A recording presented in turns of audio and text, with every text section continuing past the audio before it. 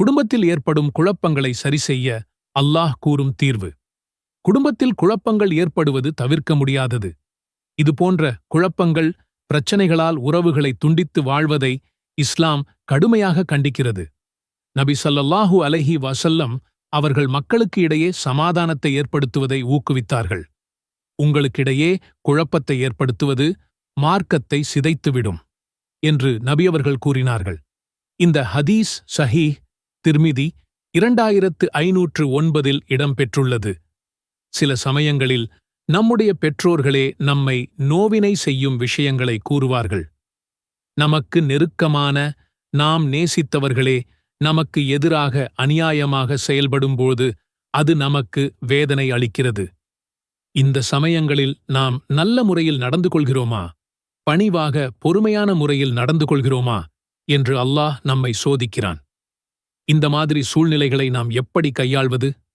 அல்லாஹ் அதற்கான தீர்வை குர்ஆனில் கூறுகிறான்.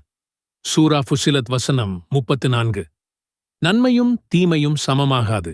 மிக அழகியதைக் கொண்டு தீமையை தடுப்பீராக. அப்பொழுது உமக்கும் எவர் ஒருவருக்கும் இடையில் பகைமை இருக்கின்றதோ அவர் நெருக்கமான ஓர் உறவுக்காரரைப் போல் ஆகிவிடுவார். சுப்ஹானல்லாஹ். நமக்கு தீமை செய்பவரிடம் பதிலுக்கு நாமும் தீமை செய்யாமல் அந்த தீமையை அழகிய முறையில் தடுத்து வந்தால் பகைவர் கூட நெருக்கமான நண்பரைப் போல் ஆகிவிடுவார் என்று அல்லாஹ் கூறுகிறான். அப்படியென்றால் நம்முடைய இரத்த உறவுகளுடன் அல்லது நம் வாழ்க்கை துணைகளுடன் சச்சரவுகள் ஏற்படும்போது அவர்கள் நமக்கு செய்யும் தீமைக்கு பதிலாக நாமும் தீமை செய்தால் சச்சரவுகள் அதிகரித்துக் கொண்டேதான் செல்லும். மாறாக நாம் அல்லாஹ்வின் பொருத்தத்தை நாடி அவர்களுக்கு தீமை செய்யாமல் அழகிய முறையில் நடந்து கொண்டால் அல்லாஹ் பிரச்சனைகளை நீக்கி நம் உறவுகளை பேணி வாழ நமக்கு உதவுவான். அல்லாஹ் நம் அனைவருடைய காரியங்களை இலகுவாக்குவானாக. ஆமீன்.